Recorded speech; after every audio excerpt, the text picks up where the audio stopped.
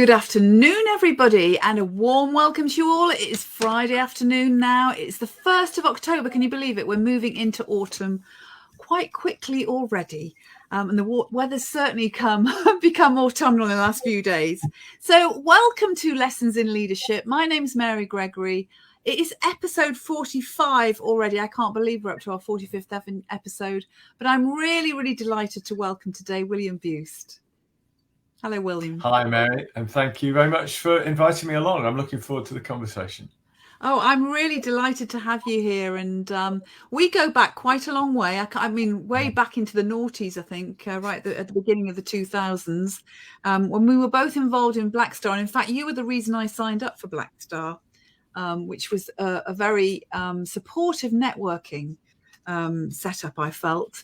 And we've kind of stayed in touch through the years. I've followed you avidly because I think you're always somebody who has a lot of thoughtful opinions. You've got, how I would describe it, really exquisite thinking and ability to put arguments and things forward, which I really admire. So I'm hoping that I can dip into some of your really great thinking over the next 20 minutes or so.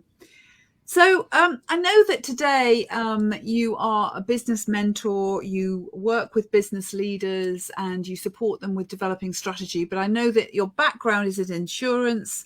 You left that to set up your own business as a business consultant. You're also currently financial director of the Professional Speakers Association. So you've got quite a few plates that you're spinning at the moment. But I'm really interested in your story of how you came to be doing what you're doing, and particularly around your interest around developing business mastery. So we probably can't answer all of that at once. Let's start a bit about your story to how you came to be running the business that you're running now and advising business leaders. Yeah, thank you, Mary, and thank you for your kind words too. That's very generous of you. It's a really interesting journey, and I think whenever you speak to anybody who's been in business for any length of time, there's always some wonderful points, and I'm sure we'll come on to talk about some of those later, that really shaped who they are and how they turn up in the world. And for me, the career in insurance, I was nearly 25 years in insurance. It's amazing, really. I've been 20 years out of it as well. So Wow. It's a long time now. A lot of water under a lot of bridges. But it taught me a lot about the importance of understanding risk and understanding risk in business particularly, and looking at how you can assess and mitigate risk. So that's kind of the insurance history. And things moved on. And I got involved in running my own business, obviously, setting up a business of my own, learning that all those things I'd seen in corporate life that looked easy from the outside actually were a little bit harder when you had to do them yourself and didn't necessarily have the skills. And that set me on a journey of thinking about how skills develop and how do we improve and enhance our knowledge and our skills and our experience, and where does that take that collective set of knowledge, where does it take us, and what becomes of it when we absorb it, and how do we play it out in the world? And it's from that thinking that the ideas around what is mastery, what are the people who are really at the very pinnacle of the top of their game. Very obvious in sport. You can see in Premiership football or in Formula One or in any of these elite sports, athletics and so on. You see the people who are masters at their game. Sometimes a little harder to see who's a master of their game within business, and particularly within organizations. And I was keen to understand how that transition happens, and it sort of gradually realized over time that it's more than expertise, that mastery is something that runs much deeper than just having the knowledge, the skill and the experience. But there's a subtlety and a nuance to how that's applied, and how people develop that. And even if they do, because many people never need to actually. And I think it's it's an important point. It's something some people aspire to, but you don't need to go there. You can be a very successful business person as an expert, and not push that extra mile. And so I started thinking about why some do, some don't, and how that all works. So that's Well, that's a long answer to a short question. No, that's what it's spiking for me is that. So you're talking about business mastery, and of course, my interest is leadership and working with leaders, and how I kind of what I'm starting to do is merge it all because I'm thinking, well, if you're running a business, you're being a leader. So how do you distinguish the difference between what is business mastery and what is leadership mastery, for example, or do the two merge? Well, I think they do merge. I think it's much more about that journey to mastery that I talk about is about starting as an explorer. When we know nothing about a topic, yes, we kind of reach for bits of knowledge and insight, ask lots of questions. What we're gathering is knowledge, and if we're then learning how to apply that knowledge, we're honing skills. Yes, and we're learning how to take that knowledge and use it in the real world. But very often it's in a quite a constrained way. When I first joined the insurance industry, I learned to kind of understand the skill of underwriting. yes, but I was doing it in a particular type of business. So I wasn't underwriting any insurance risk that came along. It was the ones that I was being trained to handle. Yes. And I think that's true of all the people who are at that novice level, if you like. So explorer goes to novice. Novices have experience. They gather experience by doing it. So they're learning by doing. And they gather the experience. They become practitioners. And that's where a lot of people, as I say, kind of tend to stick. The practitioners, though, some will go on and start thinking about how do I go from one skill to another skill to another skill and apply them in the context of what the work that I'm doing and building, ever more expertise into what they do. They become the experts. Yes. And I think that's where most leaders sit, actually, is that they are experts at managing the leadership element of what they do. But a few will start looking at a whole host of aspects of leadership that are maybe not directly connected to what they do, thinking about what can they learn from other places and apply in their specialist area. I think they also tend to narrow down even further. So, an expert in accounting might be focused on, for example, corporate tax. You would find an expert in corporate tax.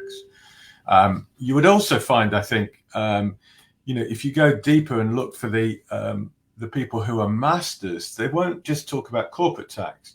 They'll talk about corporate tax in relation to VAT in cross-border transfers to the European Union. Right. And now we've got this really detailed kind of really narrow area where they understand every nuance of what they're doing. And they're the people that, when you have a problem with a VAT transfer across a European boundary, they're the one person that comes up when you search for that on Google. They're the only one who does what they do their way. Yes. And that's, I think, the important part of it. It's not about being the only person who does what they do. It's about being the only person who does it their way.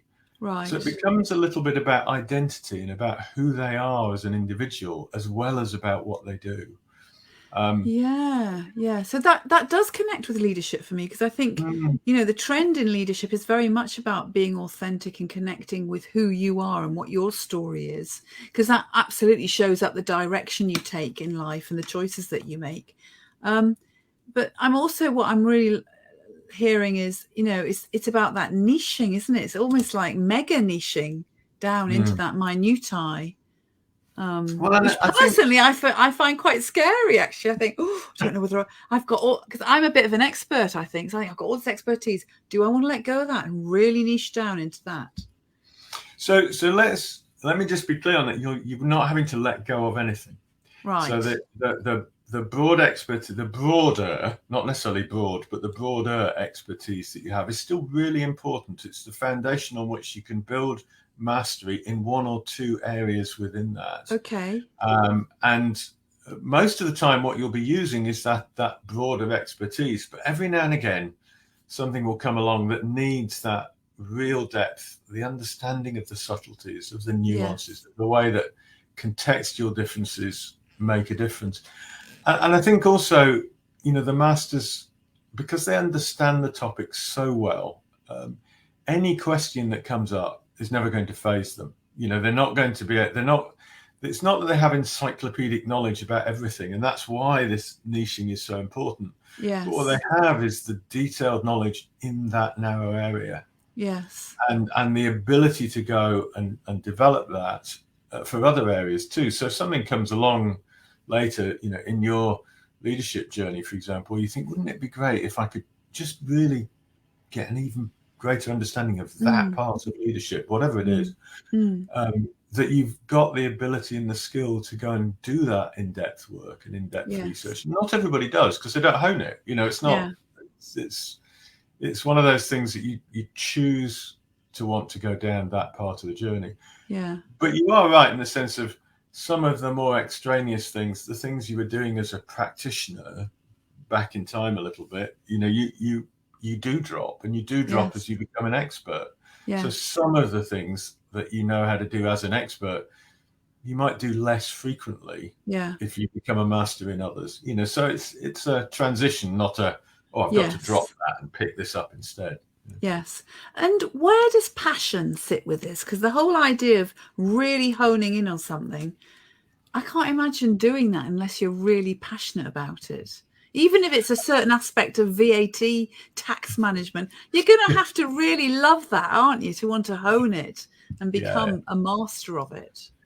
Well, yes, I think that's true. I watched, as a hobby, I take photographs. I wouldn't say that I was a fabulous photographer. I'm not bad. Some people look at the photographs and think they're great, and that's super, and I thank them for that. But I'm not an expert, really. I'm a good practitioner is where I would put myself in that. I watched a course run by a chap called Jimmy Chin, who's a photographer for National Geographic and other similar magazines. It's on one of these online courses, and what surprised me about it was that it's 20 videos long.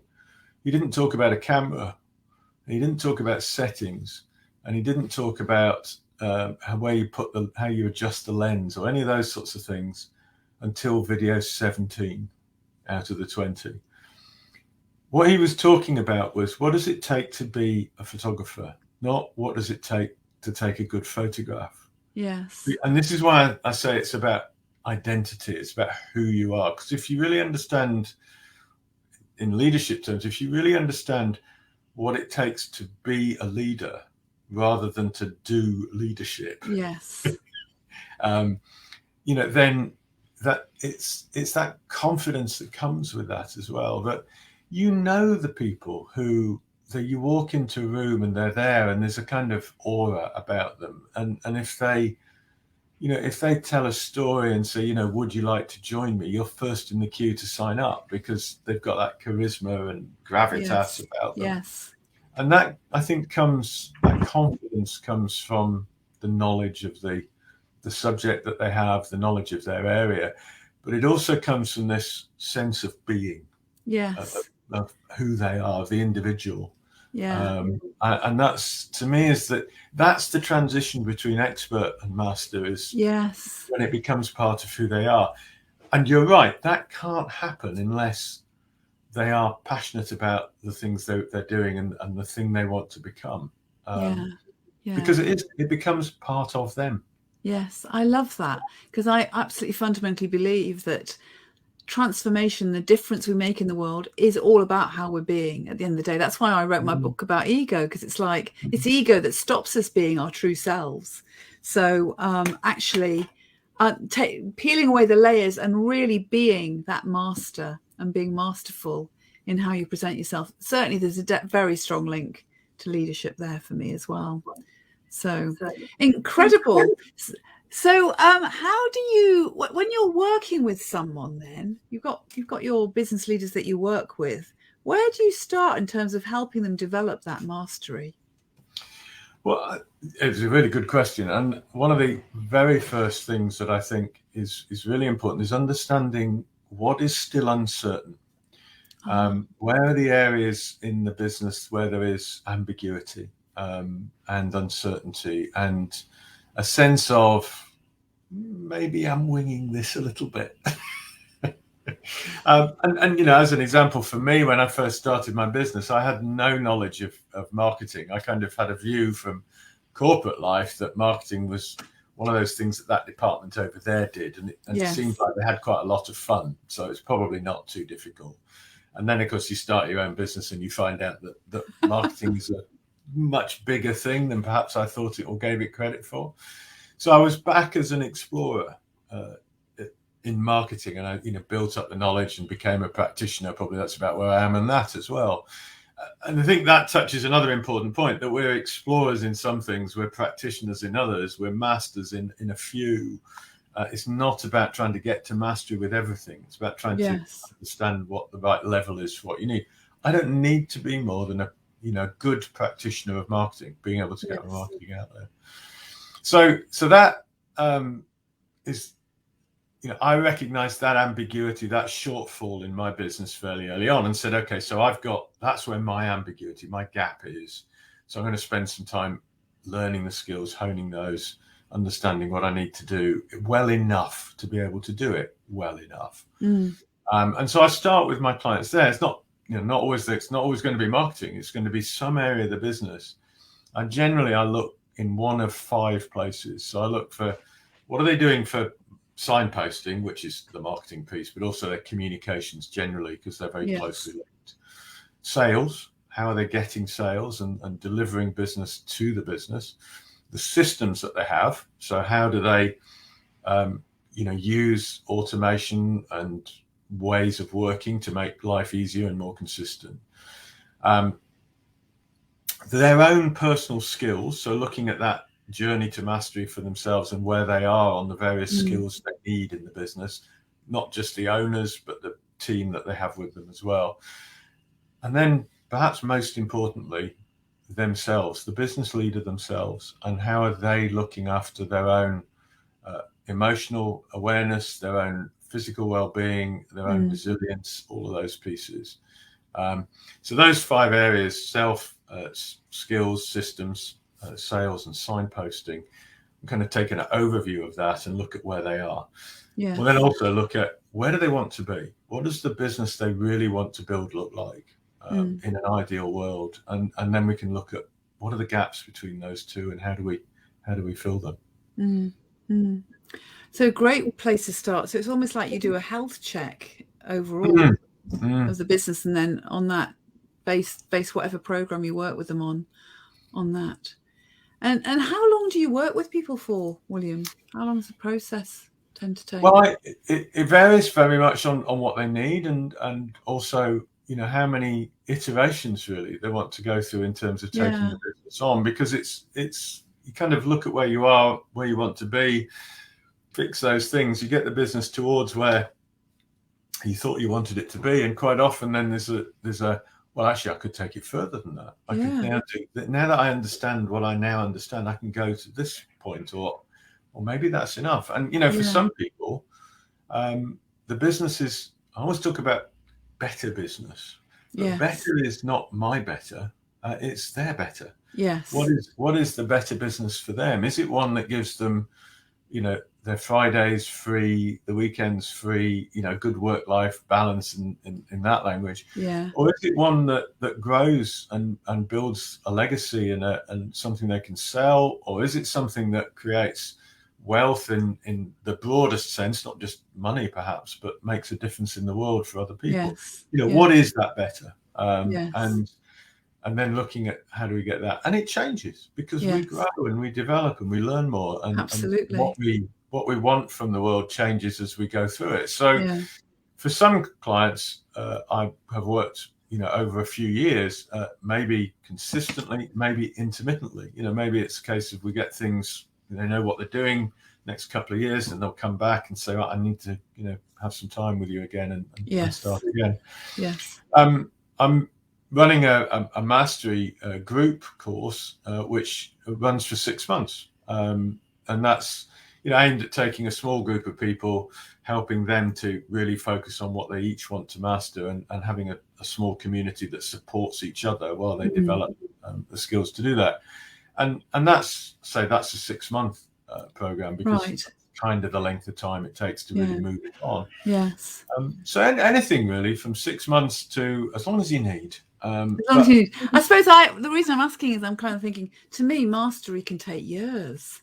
But then it doesn't necessarily have to, I suppose. That might be a limiting belief of mine. It can take years. It doesn't need to.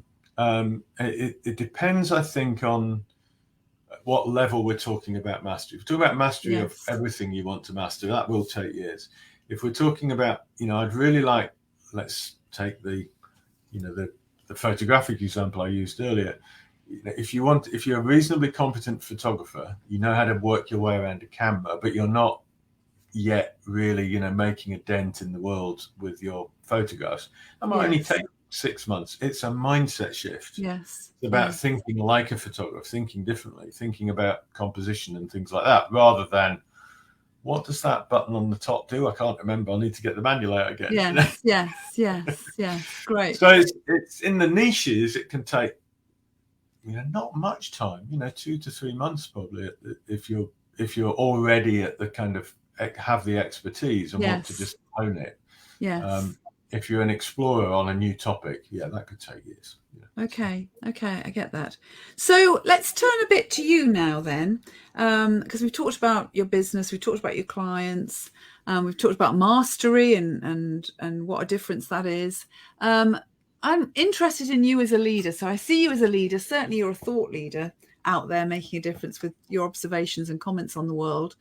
I'm interested in a time that you had a really sort of turning point moment that shaped you and who you are and what's important to you in terms of how you show up in the world.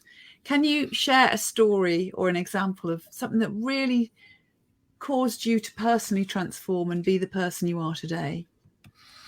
Yeah, and still a very emotional thing for me. Years on now. It was 2011, but I actually want to start the story a little bit earlier than that. Okay. When I started my business in 2004, I chose the name Abelard. I mostly trade under my own name, William Buist, but my limited company is called Abelard Management Services.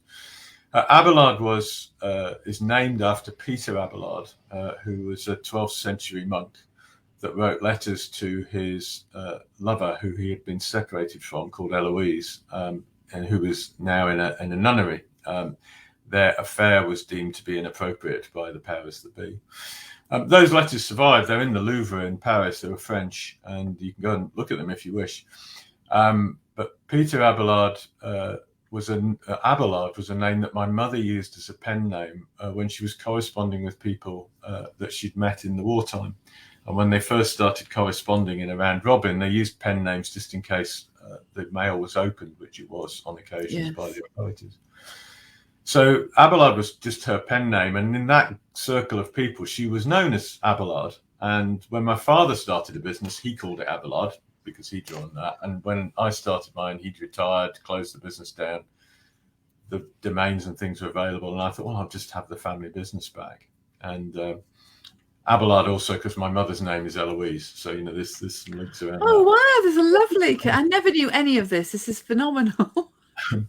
And my father died in 1999, but in fact, before I started the business, so he never saw any of it. But my mother died in 2011, and I remember sort of 3 or 4 months after she died that I woke up one morning and thought, it's mine now. And then immediately had this thought of, well, who the hell's was it beforehand then? Because it was always mine. But I realized that emotionally, I'd kind of, by choosing the name, I was doing something kind of to please mum and dad rather than for me. Mm-hmm. In a funny way. And I started wondering what else was going on in my head, because it's all in my head, right? What else was going on in there that was constraining me that I didn't know about because an event hadn't triggered my ability to understand it. And that realization, that moment, now looking back, I think it was my mother's parting gift to me in many ways.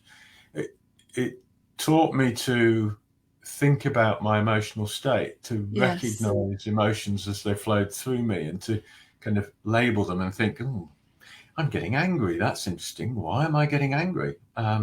What's the trigger for that? And really starting to understand the whole emotional flows that I went through. And I was, those that knew me a long time ago, I tended to have had the odd occasional outburst because I would bottle emotions up. Yes. And then, when you bottle something up, eventually the stopper comes out and it pops. Yeah.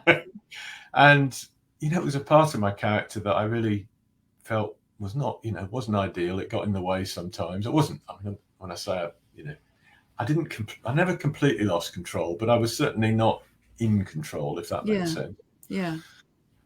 And, this whole journey of thinking about my emotional state, labeling things and just reflecting on the causes and really starting to understand that made me much more self-aware and much more able to deal with, difficult situations and things that can cause upset and anger and all those other emotions. I also started to recognize the triggers that brought me joy and pleasure and happiness. And so I was able consciously to make much better choices about how I did things and what I did and who I spent time with.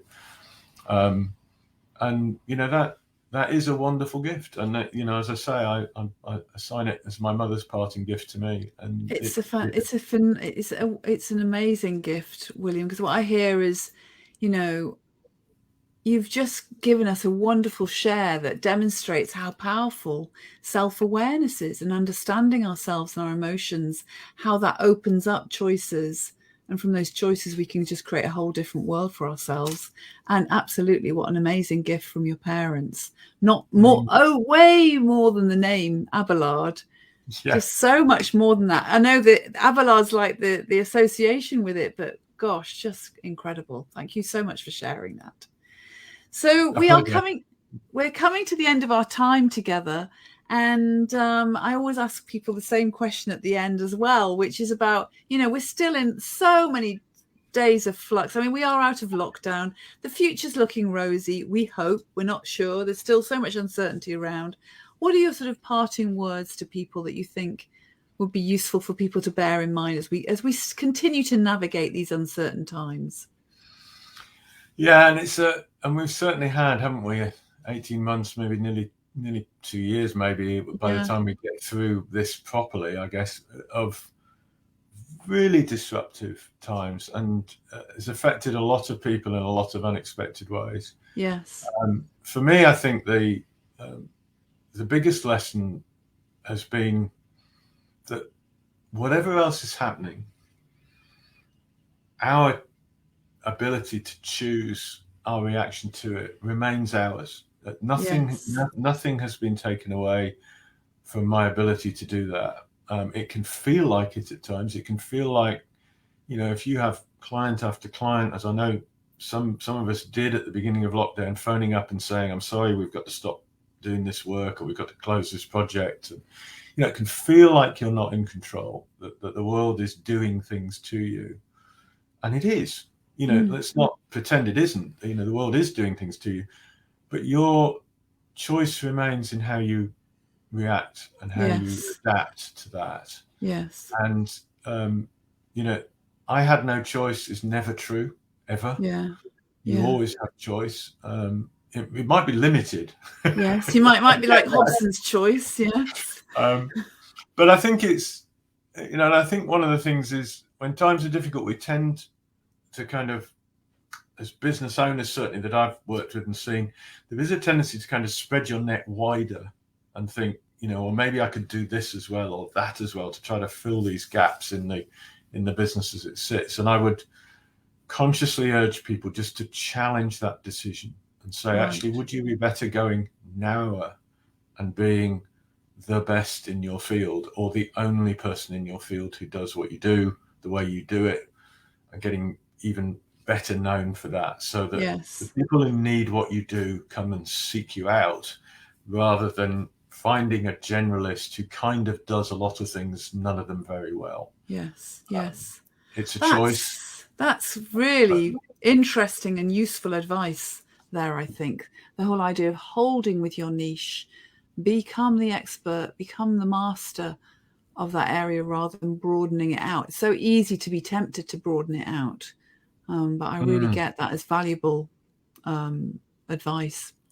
Thank you so much, William. It's been a fantastic conversation. Again, you've blown my mind and stretched my thinking, and I hope that's done the same for everyone who's been watching today. And if you have been watching today, do write your comments in the posts below. We always respond to all of them. And if you're watching in catch up, please leave your comments as well. And again, we will respond.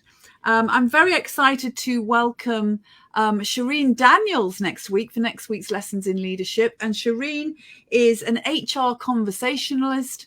But what I really want to talk to her about, which is she's MD of HR Rewired, which are advisors in anti-racism. And she's hot off the back of running the Racial Equity Conference just last week. Actually, she ran it. So I'll be very interested to hear how that went for her. But a phenomenal leader in the field of race and equality. So very much looking forward to welcoming Shireen. So do join us then, 12 noon next week. See you next Friday. Thank you very much. Bye-bye for now.